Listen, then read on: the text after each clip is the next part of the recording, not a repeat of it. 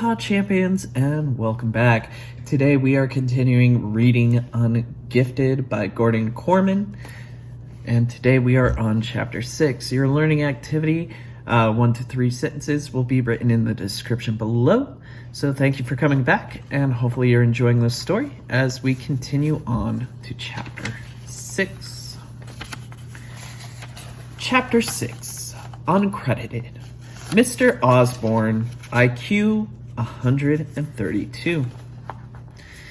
If I didn't know better, I'd swear that Donovan Curtis wasn't gifted at all. I'd bet a month's pay that an 8th grade boy had been chosen at absolute random and dropped into the top academy for differentiated instructed in the state. But I did know better.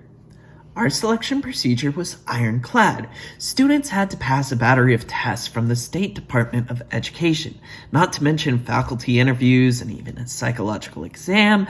A mosquito couldn't make it through the screening process. Our last faculty meeting was essentially a seminar on Donovan Curtis. It turned out to be quite a revelation. All his teachers had realized that he was weak in their courses and had assumed that his gifts lay elsewhere. But after comparing notes, it became clear that his gifts lay nowhere. He was mediocre in English, social studies, French, and computer science, and well below average in math and science. I didn't expect him to excel at everything, but Donovan excelled at nothing. Which begged the question, what was he doing at the academy? Have you tried getting him involved with the robotics team? Asked our principal, Brian Del Rio. I nodded. He's our designated Googler. Your what? He has no knowledge of programming, engineering, hydraulics, pneumatics, or even basic mechanics, so he surfs the internet looking for pictures to download and paste on Tin Man, like Albert Einstein eating a banana. Brian frowned. What's Tin Man? The robot. It's short for Tin Man Metallica SquarePants. Donovan's idea. You don't think he's putting us on, do you? Asked Ellie Sharpio, the department head for social studies. I mean, some of these bright kids have a warped sense of humor. I doubt it, I told her. To be honest, the other kids love what he does with the graphics, and nobody's ever really thought of naming the robot before. I admit it, I wasn't too crazy about the idea. At first, I only went along with it to empower Donovan. But you know what? I'm glad we did it. It's very cute, Ellie agreed. It's more than cute, I amended. It's humanized our entire program. The difference between dealing with an it and a him is a transformative concept. Maybe that's our answer, Brian mused. Dozens of brilliant kids pass through your class building machines that win prizes at the highest level, yet the simplest thing, naming a piece of equipment or decorating it, gets by everybody except Donovan. Maria Bellaquava, math, spoke up. Or he does it because he doesn't know anything. He doodles through my class. He hasn't taken a single note. I jumped on this. A photographic memory? He's lucky he can remember his own name, she deadpanned. I asked him what school he came from, and you know what he said? I forget. If that's a photographic memory, he left the lens cap on. Perhaps it's kind of a social intelligence, Brian ventured, really reaching. Oh, please, Maria snorted. He may seem like a smooth operator compared to our usual clientele, but there's nothing special about him in that way either. I have to agree, I said wearily.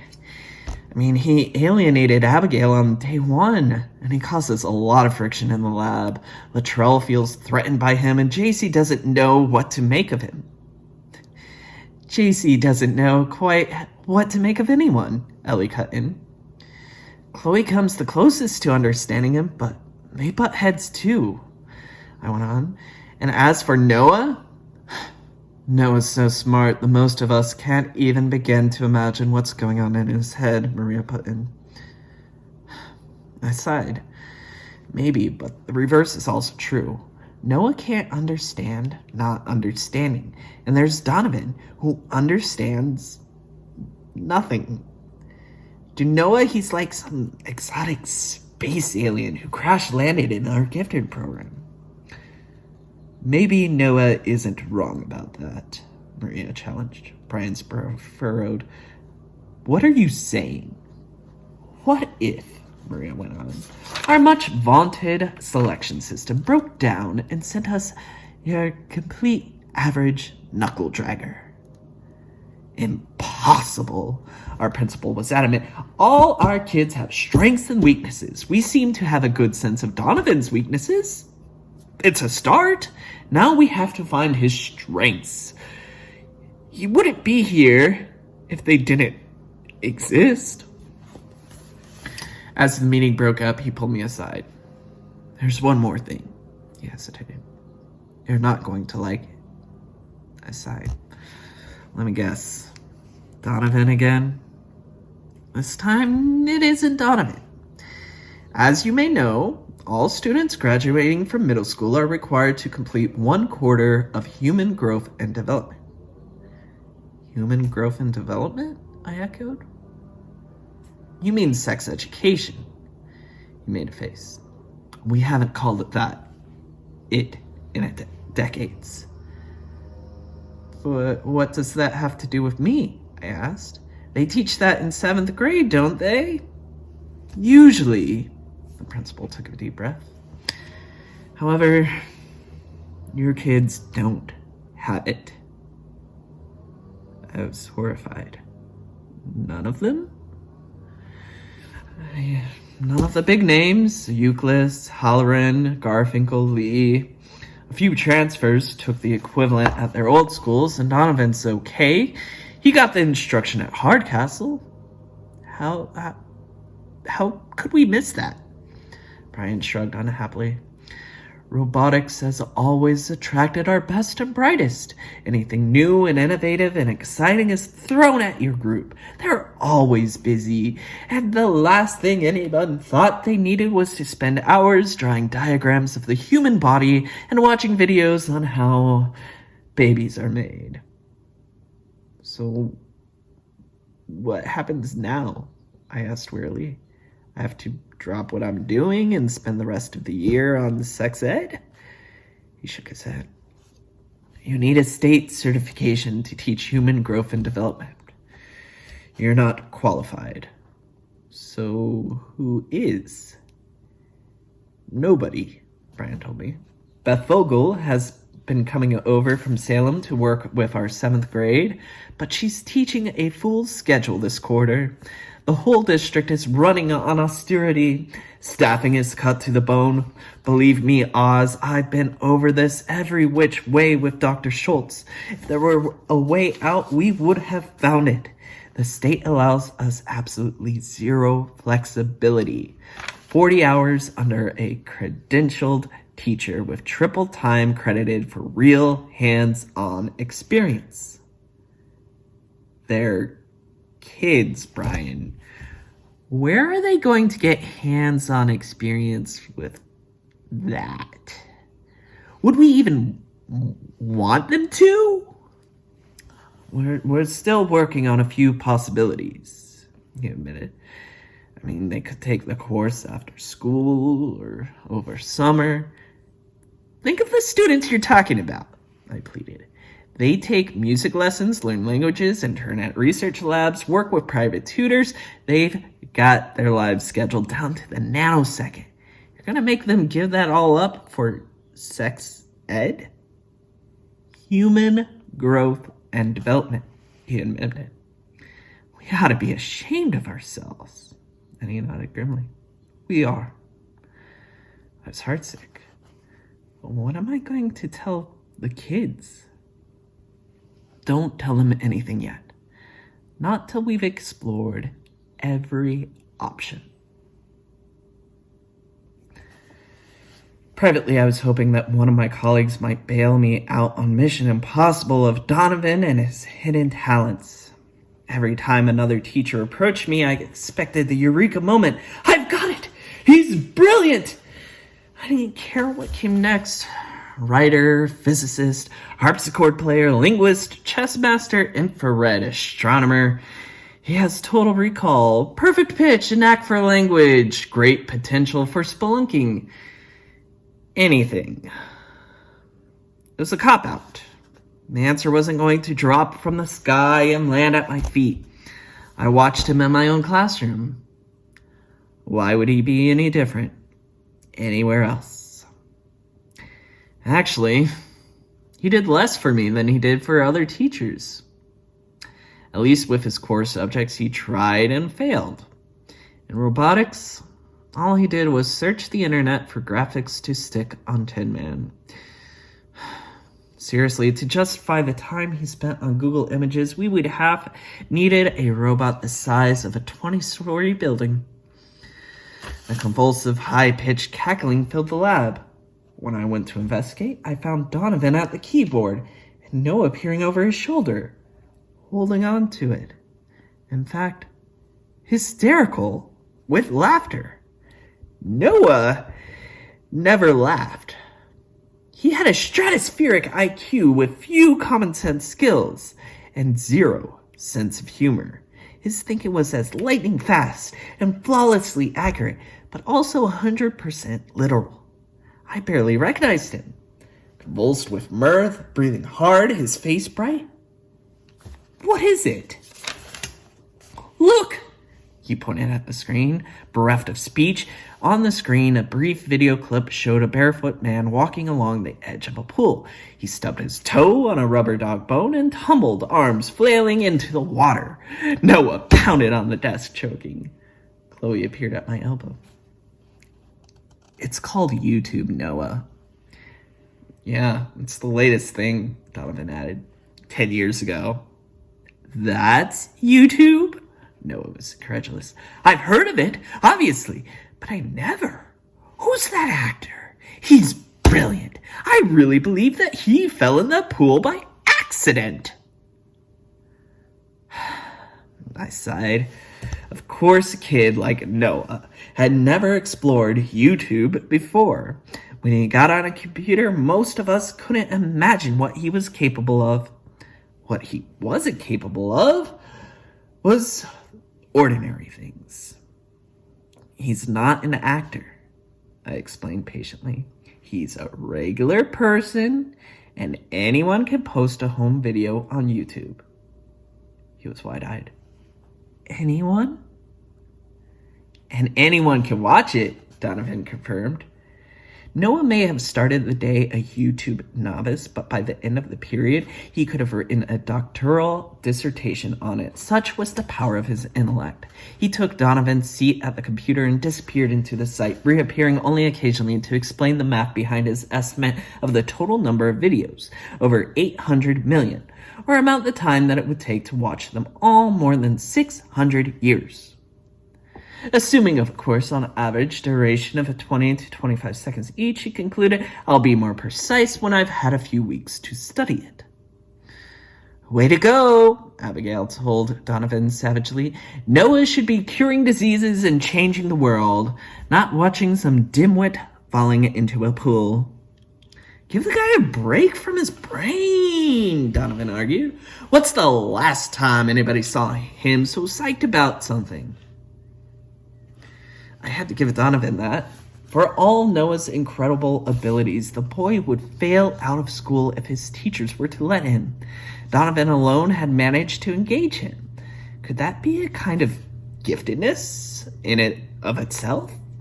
Regardless, Donovan had succeeded in running through yet another class without yielding the slightest hint as to why he was at the academy. Of all the kids in my homeroom, Chloe was the one most taken with Donovan. It was a crush, but not so much on Donovan himself as what he represented. Normal middle school life. She peppered him with questions about parties and school spirit and big games, pep rallies. I wasn't really into that stuff, Donovan told her. He was reluctant to talk about his experiences at Hardcastle Middle. Something must have gone on there that I couldn't quite put my finger on. He seemed anxious to put the past behind him, anxious enough to ignore the obvious signs that he wasn't fitting in here. Had he been bullied? I mean, a lot of our students had suffered at their old schools, but Donovan didn't seem like the type. Chloe would not be put off. Well, I mean, there must have been parties, she reasoned. You know, dances, that kind of thing. I think it's a pathetic waste of time, Abigail chimed in. Can you imagine having nothing better to do than bounce around a school gym to bad music under cheap streamers and a cheesy rented disco ball? Don't we all have better things to do? No arguments from me, said Donovan. Nothing pleased Abigail less than being agreed with by Donovan. Hey, you guys! Do something funny! Noah waved at us from behind a flip video camera. This is for YouTube. The kids ignored him, but I felt it was important to support Noah's new interest. For all of his brilliance, Noah spent his life in kind of a cocoon. Pointing a flip cam at people was as close as he got to social interaction. Hey, what about Tin Man? I mean, he looks like a YouTube star to me, I suggested. Abigail was horrified. That's a terrible idea. We'd be showing the other teams exactly what we're working on for the robotics meet. I chuckled. It's supposed to be a friendly competition, Abigail, not a life and death struggle. Never try to tell Abigail to take it easy. The results of that meet go on your permanent record, she insisted. There could be college admissions on the line, maybe even scholarships. If that's not life and death struggle, I don't know what is. This could be the year we finally defeat Cold Springs Harbor and win it all. Do you want to risk that? Eventually we shouted her down. If Cold Spring Harbor found our little clip among 600 years of video on YouTube, they deserve to beat us again. And anyways, some of the kids were already rolling 10-man Metallica SquarePants out into the middle of the room. I had to admit, our latest creation was taking shape. No credit to me. Everything had come from the kids. Abigail and Chloe provided the design, and Noah did all the programming. Boy had never watched YouTube, but he could think in computer code. Kevin was our welding and soldering expert. JC and Latrell built the body, and there, large as life on Tin Man's chest, was Albert Einstein eating a banana, thanks to Donovan. There were other graphics too. There was a cat with a mohawk, a fiery eye of Sauron from the Lord of the Rings movies, the flag of Mozambique, and a bumper sticker that read, Office of New York City Rat Catcher. Noah brandished the flip cam, and Abigail worked the joystick, sending our work in progress on its first trial run. The robot was capable of moving on its own, following a route marked by colored lines on the floor. But the most important rounds of the competition required a human driver. I watched carefully, taking special note of the wheels, which were a new type for us. I mean, last year, Cold Spring Harbor used Mechanom wheels, which gave them extra maneuverability. But on Tin Man, I couldn't see much difference. Hold it. I got down on all fours and examined the bearings to make sure the Mechanoms had a full range of motion. Problem's not with the wheels, put in Donovan. It's clearly the driver. Abigail glared at him. What do you know about robotics? Nothing, he replied honestly. But I can use a joystick. Do any of you guys play video games? I'd like to see you do better.